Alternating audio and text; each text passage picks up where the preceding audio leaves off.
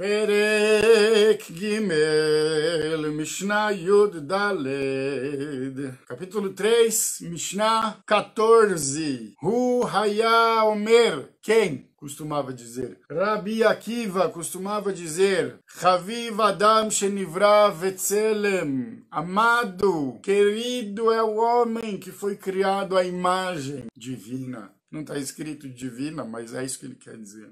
Feliz é o homem, querido é o homem, Haviv, Habibi. Habibi vem de Haviv. Hiba yeterano da'atlo shenivra betzelem. Um carinho a mais lhe foi dado ao lhe permitir saber que foi criado à imagem. Poderíamos apenas ter sido criados à imagem divina e não nos ter sido dada essa informação. Certo? Como, por exemplo, da fagulha divina que existe dentro de cada um de nós. Essa não foi nos dada diretamente, até onde eu me lembro, na Torá, sim através dos sábios. Muito bem. Sheneemar, diz o versículo em Bereshit, Tet, 9, que Vetzelem Elohim asait Adam, pois a imagem divina fez o homem. Chavivin Israel, shenikreu banim lamakom. São queridos o nosso povo, que é chamado de Banim Lamakom. Somos chamados de filhos do onipresente. Na verdade, até mais do que filhos, filhos primogênitos. E quando ele dá a entender filhos primogênitos, ele dá a entender que toda a humanidade são os filhos de Deus, mas a nós cabe um papel diferente, como ao filho primogênito, uma responsabilidade. Chiba yeterano dat lahem, shenikreu vanim lamakom. Sheneemar, como está escrito em Devarim 14, Yudaled, Banim atem ladonai Elohechem. Vocês são filhos para o vosso Deus. E eu mencionei outra passagem no Egito, onde ele fala que Israel é o seu filho primogênito. Chavivin Israel, shenitan lahem kli hemda. São queridos, felizes são os judeus, os Israels, pois foi-lhes entregue um instrumento precioso. Qual que é esse instrumento precioso? Kli hemda. Qual é esse instrumento precioso? Qual é um instrumento mais precioso que nós recebemos como povo de Israel? A Torá é o instrumento da edificação da paz. Riba eterá, então, mais do que apenas um utensílio precioso, somos felizes pois foi dado para eles, nós, um instrumento precioso que através dele, ou que por conta dele, foi criado o mundo. Com o qual foi criado o mundo. Como está escrito em Mishlei agora assim, que lekartov natati lachem torati el tazov. Pois dei para vocês uma boa doutrina, o meu ensinamento não abandones. Que maravilha, que estudo lindo. É necessária uma reflexão profunda com relação a algumas pontuações que esse estudo faz. Para um ser humano, saber que foi criado à imagem daquele que tudo criou, certamente é uma dádiva e uma lição também. Ao meu entender, esse estudo tem a intenção de ressaltar a importância do saber, assim como a responsabilidade que dele decorre. Quando afirma, querido é o homem, pois foi criado à imagem divina, aponta um primeiro valor a ser preservado, o respeito ao ser humano, todo e qualquer. Como opinião muito conhecida do famoso Rabi Akiva sobre esse estudo, citado pelo Bartenura, que é o que? Então, uma coisa que nos ajuda no cumprimento desse mandamento é entender, a lembrar quando a gente vê qualquer ser humano que ele está carregando a imagem divina. Que se eu digo ter fé em Deus e sirvo a Deus com amor e temor, eu seria incapaz de fazer mal para qualquer pessoa que seja. Ou mesmo o Rambam, que entende que o respeito humano é um requisito para servir verdadeiramente a Deus. Ele fala, que papo é esse de que fomos criados à imagem divina? Para nos ensinar que o serviço divino, o temor a Deus, começa no respeito ao semelhante, que carrega a sua imagem. Por quê? Porque se Deus quisesse, na sua grandiosidade e infinitude, se materializar visualmente, na sua imagem, seria uma imagem humana. E nós, na limitação do intelecto humano, não seríamos capazes de reconhecer ou identificar. Ou seja, cada ser humano que cruza o nosso caminho, entre aspas, pelo amor de Deus, pode ser uma representação visual de Deus. E da mesma maneira os anjos, que são mensageiros, então podem ser pessoas num nível de revelação divina menor. Mas quando a gente dirige a ideia para a imagem, a gente está falando mais a questão da fisionomia humana. Agora, eu acho o máximo entender a ideia da imagem como um caminho de conduta e de humildade, de respeito mútuo. Isso, para mim, é a taça da Copa do Mundo. Muito bem. gigantesco, sempre, né? O Rambam, Rabi Akiva, não tem o que dizer. Vejo também uma referência à nossa própria fé, que não está em nada que é material, como estátuas ou imagens, e sim dentro de cada um de nós. Por isso emana de nosso coração o desejo de fazer o bem, pois para isso o mundo foi criado. Assim como cada criatura, cada ser humano, este é um elo que nos une dentro de nossa materialidade e a espiritualidade divina. Olha que interessante, gente. Eu vou tentar voltar um pouco de novo. Vejo também uma referência à nossa própria fé, que não está em nada que é material, como estátuas e imagens, e sim dentro de cada um de nós.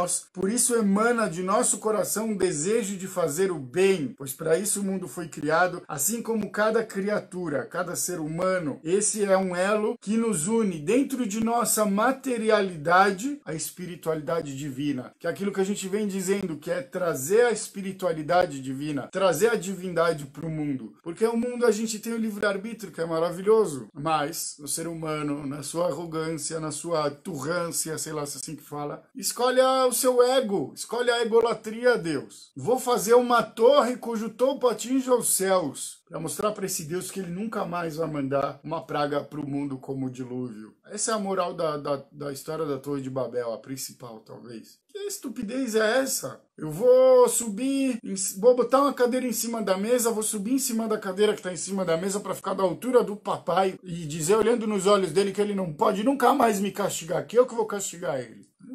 Se não é uma criança que está falando uma coisa dessa, a gente tem que dizer, gente, que coisa estúpida, pelo amor de Deus. Nunca mais repito uma ignorância dessa. Perfeito? Muito interessante. Avançando um pouco, chegamos ao assunto um tanto controverso, o povo escolhido. Quando falamos sobre a ótica da sinceridade plena em relação a Deus, eu não consigo entender que os seus filhos tenham alguma regalia, como compreendemos muitas vezes certas coisas, tipo, ele é filho do patrão, por isso que ele pode tudo que ele quer. Mas com relação a sermos o povo escolhido, ou o filho primogênito, difícil dizer que a gente tem alguma regalia. Eu digo que isso está muito mais relacionado ao entendimento ignorante, que fala, não, eu sou melhor que você porque você é goi. Mas estupidez. Eu sou melhor que você se meus atos forem mais alinhados a uma verdade absoluta, a uma busca por justiça, e os seus não. Só nesse aspecto. Mas, enquanto ser humano, isso nunca foi. Pelo contrário, filho do patrão, filho de Deus é o que mais está sofrendo bullying. Aliás, acho que vale até a gente aprofundar um pouco esse exemplo. Vamos dizer, o filho do patrão está lá na empresa, diferente do que a gente está acostumado a ver, onde o filho do patrão faz o que quiser, briga com os funcionários. Não, o bom patrão, o bom pai, vai trazer o filho para trabalhar com ele, isso é lindo, maravilhoso em todas as situações, na minha opinião, mas vai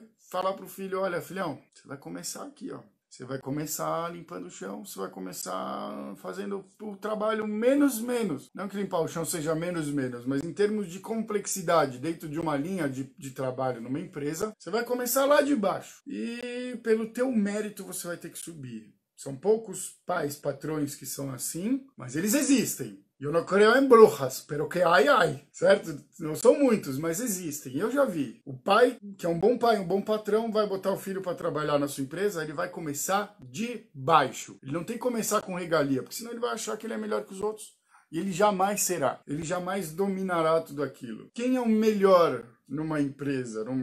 Eu penso que é aquele que melhor entendeu a dinâmica das coisas e onde ele pode ser mais produtivo, fazendo uma leitura bem superficial. Então essa é a ideia. E foi exatamente isso que o patrão fez com a gente, com o seu filho. Nos mandou como escravos para o Egito. Por quê? Porque fomos arrogantes. Porque dentro de casa ele já viu como nós nos tratávamos entre irmãos. Prestem atenção como é profundo isso. Ele já viu dentro de casa como a gente se tratava como irmãos, com inveja. Falou, meu, esse cara aqui não vai ser honesto. Esse filho aqui não vai ser bom. Não vai ser honesto. Ele vai ser um arrogante. Vai ser um ególatra. O que eu vou fazer com ele? Egito. Escravidão. O que aconteceu com Yosef no Egito? Ele foi como preso, como escravo. Foi preso. Comeu o pão que o diabo amassou, por assim dizer. E depois virou vice-rei. Depois salvou o Egito. Ele era mais importante que o faraó. O faraó era a figura idolatrada e ele era a figura, fazendo uma porca comparação à política brasileira. O faraó era o Jair Bolsonaro, que algumas pessoas acham que é Deus e o Messias, apesar que ele tem o Messias no nome. E o Yosef seria como o Paulo Guedes, aquele que faz o país crescer e novamente nos devolver a perspectiva financeira. Para quem não gosta, quem é do outro time, azar de vocês aí. O exemplo exemplo serve mesmo assim. E para quem gosta, mas óbvio, eu tô brincando, tô exagerando, tem os radicais que acham que o cara é o cara a ser idolatrado. Mas um pouco essa é a ideia. Então, Yosef representa também a ideia do nosso povo. A gente precisou ir para baixo para poder subir. Depois o nosso próprio povo vai para o Egito, ainda experimenta um pouquinho do bem bom ali de Alphaville, de Eretz Goshen, na terra de Goshen, mas mesmo assim a gente acaba perdendo o nosso vínculo maior e precisando passar pela escravidão do Egito, para, no nível humano mais baixo, onde a nossa vida não é nossa, começarmos a dar valor uns aos outros e assim despertar de novo a nossa identidade e o nosso senso de povo, de coletivo, de família. Então, o patrão bom, ele nos mandou para a escravidão. Depois mandou a gente ficar 40 anos no deserto e a gente errou muito. A gente errou muito na escravidão. Por que eu digo que a gente errou muito na escravidão? Sem pensar muito é fácil. Está escrito: Vanitzak el Adonai, Vaishma Adonai et kolenu, Vaizkor Elohim et abrit asher asa im Avram. Não sei se a linguagem é exatamente essa, mas é sensacional. Assim, e nós gritamos, nós clamamos a Deus e Deus se lembrou de nós. Ué, ele tinha esquecido de nós? Nós tínhamos esquecido dele. Então nós erramos no Egito. Nós erramos depois do Egito. Erramos também no deserto, muitas vezes. Mas o Pai perdoa nossos erros. Você pode errar, contanto que esse erro sirva para você aprender a lição, porque senão o castigo vai ter que ser mais duro. Como na ingratidão, né, dos espiões para com o presente que a Terra Santa representa. Ah, vocês foram ingratos, vocês não merecem esse presente. Não vai ganhar. Vou deixar vocês 40 anos no deserto para inverter a geração. Shalom Alisrael. Pois é. Infelizmente, é uma realidade. Ou seja, tudo isso foi para aperfeiçoar nosso currículo. A ideia de povo escolhido, como muito bem disse o meu querido Luiz, é sermos um exemplo, um modelo. E por isso que todo o tempo que não somos